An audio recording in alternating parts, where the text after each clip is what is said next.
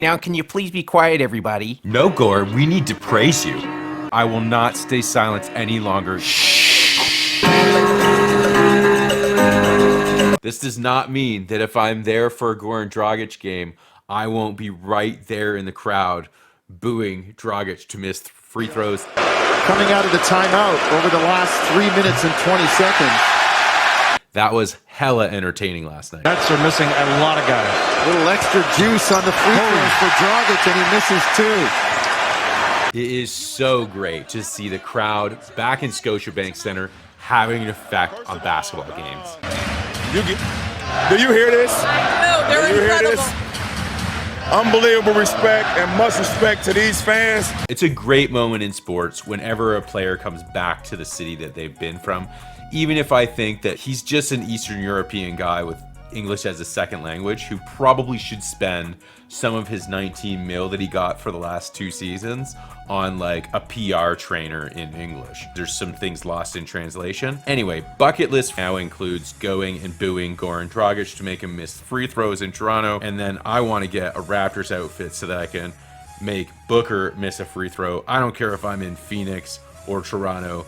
That for me would sound like a fun day. Anyway, I digress. I want to take a look at the 4 games we played in 5 days since coming back for the break.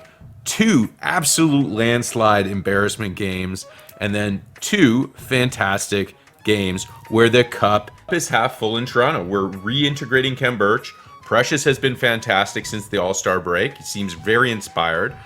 We're integrating Thaddeus Young into a very complex system where he doesn't even understand necessarily how to execute the fundamentals as a team player, but he's getting there and it's accelerated. You can just see how fast he's learning it. It's really impressive. And I think he himself is impressed by it, which is really encouraging, which means probably automatic buy-in. And it, for my money, re-sign him and give some money to Chris next year. Like, I think he's an amazing addition and he's still like a great age to bring him in. I think he's a perfect fit. And then of course we have the development of a player who was at low market value at the trade deadline. We talked about him. Malachi Flynn, we knew was a player with a high ceiling that we could increase his value. And the beauty of this is that Malachi didn't just get some of Freddie and OG's minutes. He came in as a plug and play. It was next man up. Like, if Freddie got injured, like people say he's gonna get if they keep playing marathon men minutes, if Freddie gets injured, what happens? Well, the truth is, if Freddie gets injured, we go with maybe Malachi, we go with maybe Banton, we go with Scotty handling the rock, more Gary Trent Jr., we go with Spicy P handling the rock, or OG. Like, the truth is, we've kind of practiced all of these scenarios at this point, and we know what these things look like. Malachi is the last person on this entire list that we needed to experiment with and feature in case he needed to be the next man up. And he's looked fantastic. So, applause. Malachi Flynn. The flat out truth is, we all knew Malachi's a good baller because he played so well last year in his rookie year, and we've all known that he is one of our Padawans. Now, let me get to that. Teacher, student, Jedi, Padawan. It's Star Wars, so I'm a Star Wars geek. Okay, so that clears up one Star Wars reference, the reference of Jedi and Padawan. So Malachi is Freddie's understudy or Padawan. And the second one is this idea of Jango Fett being Thaddeus Fett. It's also a Star Wars reference, and it is a reference to this guy named Jango Fett, who was Boba Fett's father, a very famous Star Wars character's father.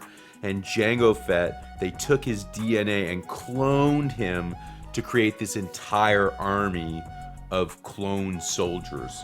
So apologies for my geekdom, but what I mean by this is Thaddeus Young has made a career of being a 6'9" long arm monster who can do very special things on the court that we want our guys to also know how to do.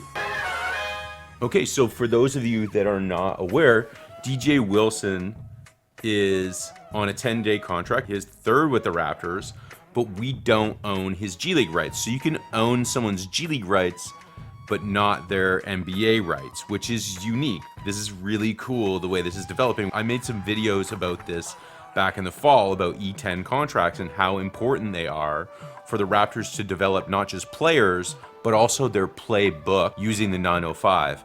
So DJ Wsilson's rights at the G League level are owned by the Oklahoma City Blue, and he's been playing for their team. You can see him right in the middle there, averaging 10.3 points. And you can go down and check his stats, and here's another site. If you want to pause here, you can pause and take a look at what he's been doing in the minors. So now that he's on his third 10 day, I think it's clear to see the Raptors have interest in at least exploring options with him as not a traditional big man, because he's not slow and thick like, 280, 290 pound center. He's not quite 7 feet, but he's getting there. He's close to it. He's a bit of a journeyman. He's been around the league and another team has given up on him. He's a former first rounder. The thing is, he's kind of perfect for our system in the sense that he's long, he's tall, he can run the court. So as a specialized tool for the right money, he might be a good fit. So if they like him, is he the 14th roster player? Chances are, instead of giving DJ Wsilson the straight up NBA contract, they instead give him a two-way contract, okay? And replace him by giving Justin Champagnie, who's obviously a keeper and a featured person on the NBA roster from time to time, a pure NBA contract. What is very unlikely is that the Raptors go and get a traditional center like a Nurkic or a wide-bodied 270, 280 pound guy. As much as they might do that for a specialized piece, I just don't see it, especially now that DJ's on his third contract here. It just doesn't make sense to bring in a traditional center to a roster who's been practicing all season playing without one. That brings us to what the heck happened in these two losses against Charlotte and the Hawks. Well, I think the Raptors, hands down, just watching the games, did not come out with 48 minutes of basketball. So there was no intensity to their games.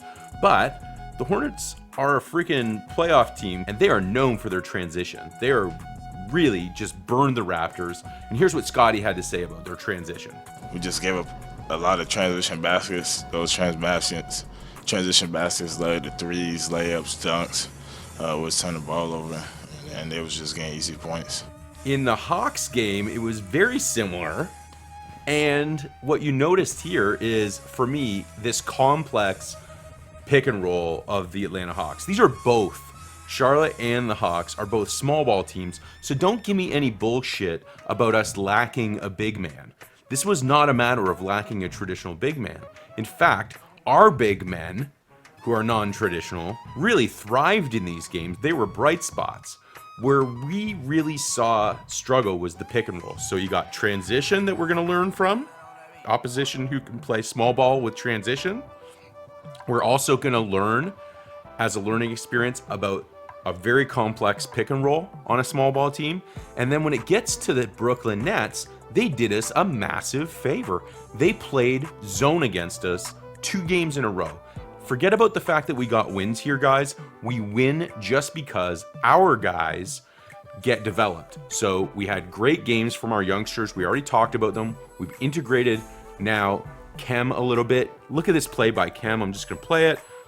Wonderful to see Khem making a decision like this. If Khem can be a threat to score, then suddenly they can't double team our top guys. And that becomes like one of the most important parts about everybody on the floor being able to score. It's why Ben Simmons is as good as he is as a facilitator and a D guy. You can't hide the fact that he can't shoot from outside the paint. So we need all of our guys to be able to hit the odd 3. And ideally, they do so at a clip over, around 40%. If you can't have the confidence in yourself to take an open shot and make it from time to time, we don't really need you. So we got to deal with Charlotte's transition, pace. We got to deal with the Hawks pick and roll, and we got to learn how to deal with busting the zone. So this is a major 4 games in 5 nights where the team learned a lot about itself. And this is a fantastic stretch of 50% basketball where we stay in the playoff on. Keep in mind, we still have games in hand. This was some great basketball, guys. Okay, so the last 2 things I want to discuss come from Raptors press conferences, which if you watch these things over the years, they never reveal anything. But the first one has to do with, Nick? Progressional reads. Thanks, Coach. So progressional reads is pretty straightforward. It's a matter of taking what the defense gives you. So if you drive the lane and they get help from underneath the rim, then you might be able to dish it off to Boucher underneath the basket.